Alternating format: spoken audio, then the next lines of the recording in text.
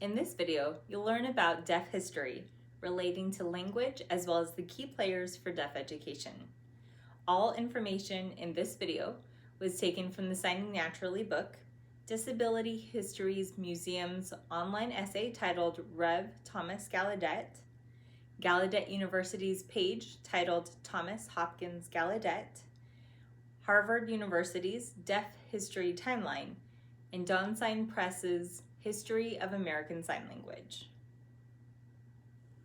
In 1714, Martha's Vineyard had a very high population of deaf individuals, as high as 1 in 4 in some areas. So residents created and learned Martha's Vineyard Sign Language. Because of this, there was no communication barrier between deaf and hearing residents. In 1760, LSF, or French Sign Language, was founded, which led to education for the deaf in France. On December 7, 1787, Thomas Hopkins Gallaudet was born in Philadelphia, Pennsylvania.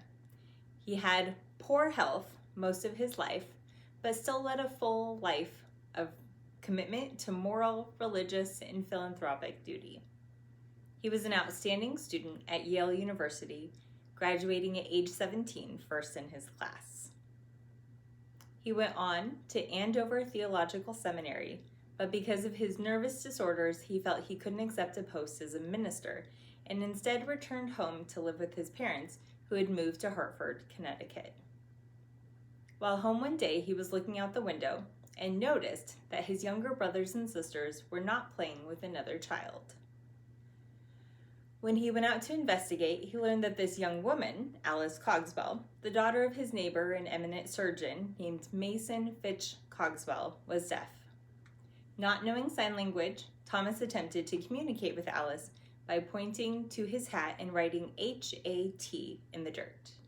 She understood him, and he was inspired to teach her more, as there was no deaf school for deaf children in the United States at that time.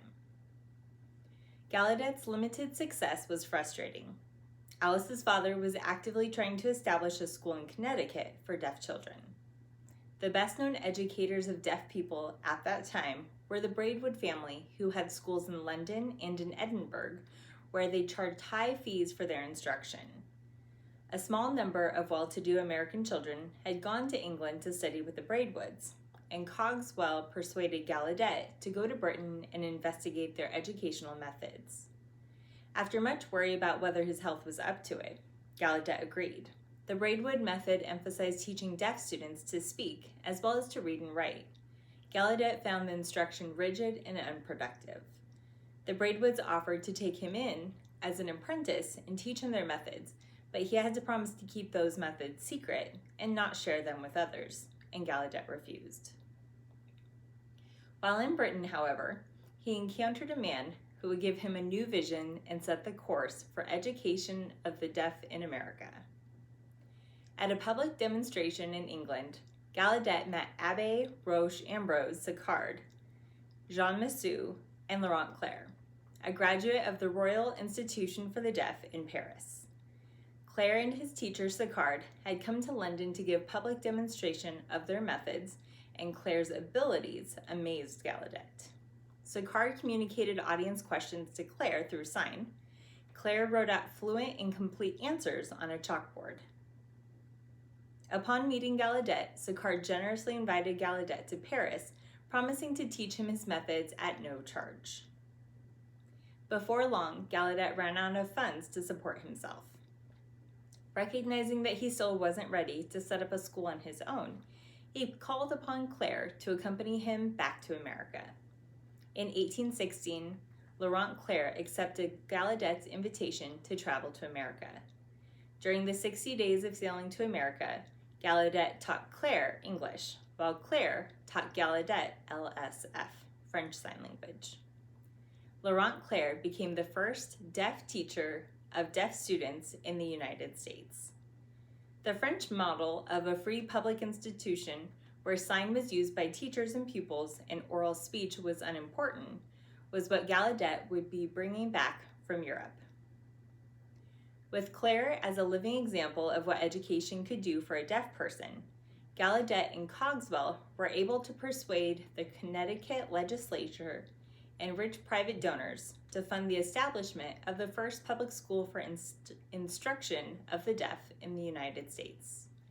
In 1817, the Connecticut Asylum for the Education and Instruction of Deaf and Dumb Persons, later renamed the American School for the Deaf, was founded.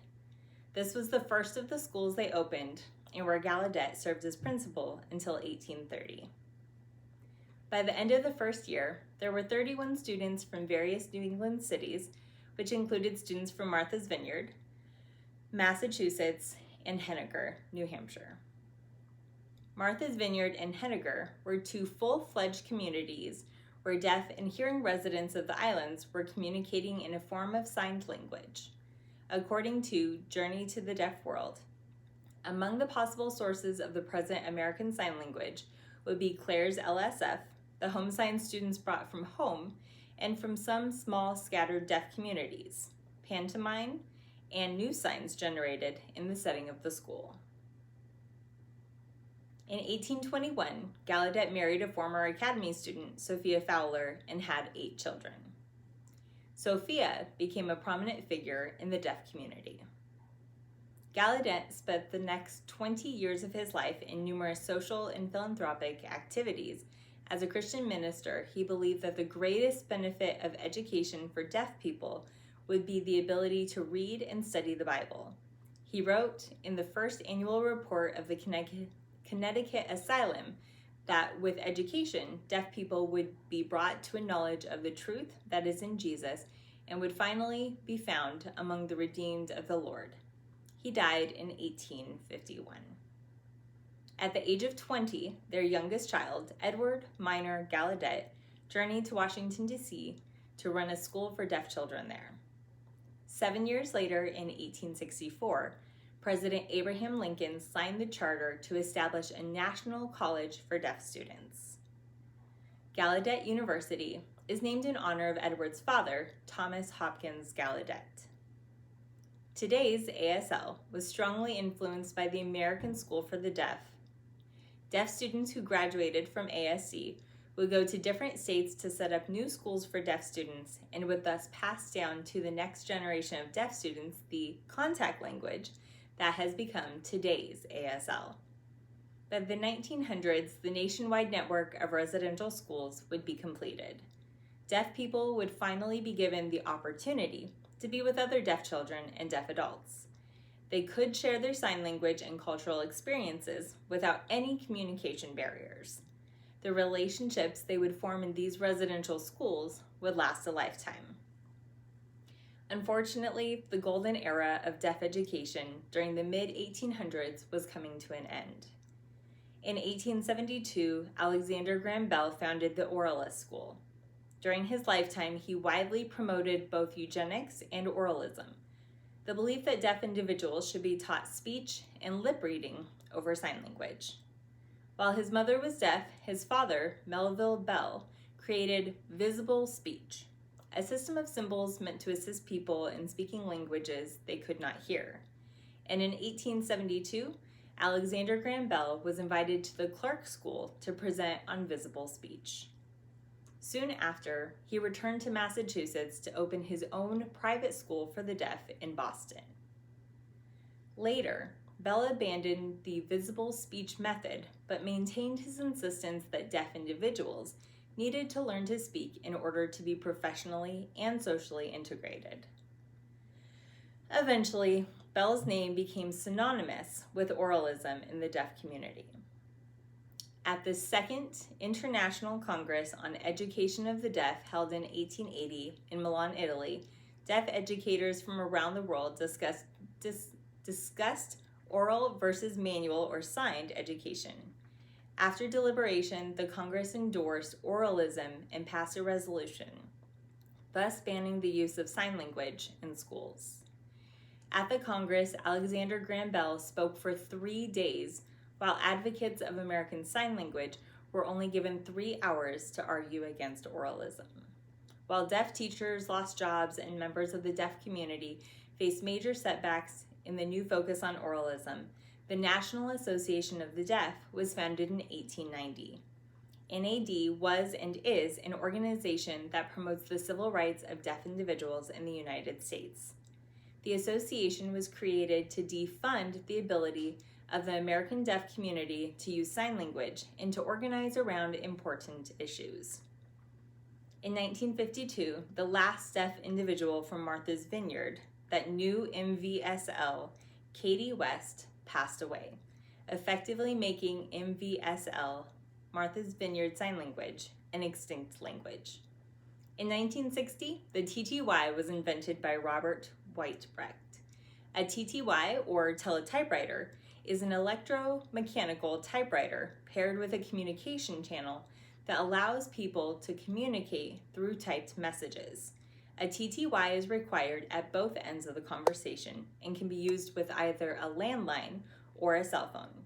Its creation greatly expanded the means of long-distance communication for the deaf. In 1964, video relay service was invented also by Robert Whitebrecht.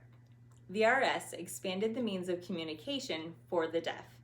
Video relay service is a form of telecommunications relay service that enables people who use American Sign Language to communicate with voice telephone users through video equipment rather than through typed text.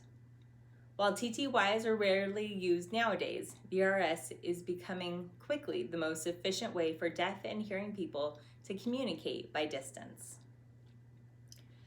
While this was a dark time for deaf education, ASL continued to be used and studied. William Stokoe was a linguist who worked to show the general public that ASL was a fully formed language with its own grammatical structure and rich vocabulary rather than a visual form of English or mere pantomime. He created the first ASL dictionary along with two deaf colleagues at Gallaudet, Carl Kronberg and Dorothy Casterline. In 1973, the Rehabilitation Act was passed. The Rehabilitation Act prohibits discrimination on the basis of disability in programs conducted by federal agencies, in programs receiving federal financial assistance, in federal employment, and in the employment practices of federal contractors. In 1975, PL 94-142 passed, allowing disabled children free appropriate public education, or FAPE. This legislation started the mainstreaming of deaf children in public schools. 1988 was Deaf President Now at Gallaudet University.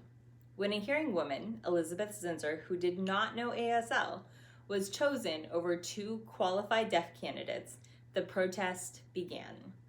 Gallaudet had yet to have a deaf president since its induction in 1864, and students demanded a deaf president to represent them. The week-long protest, with support flooding in from all over the world, not only led to the inauguration of a deaf president at Gallaudet, I. King Jordan, but also spurred legislature and social change for years to come. The Americans with Disabilities Act became law in 1990, prohibiting discrimination based on disability. In 2006, I. King Jordan retires and is replaced by Jane Fernandez. Students protested once again that she was not deaf enough, and Dr. Robert DeVia became the 9th president of Gallaudet University and served from 2006 to 2009.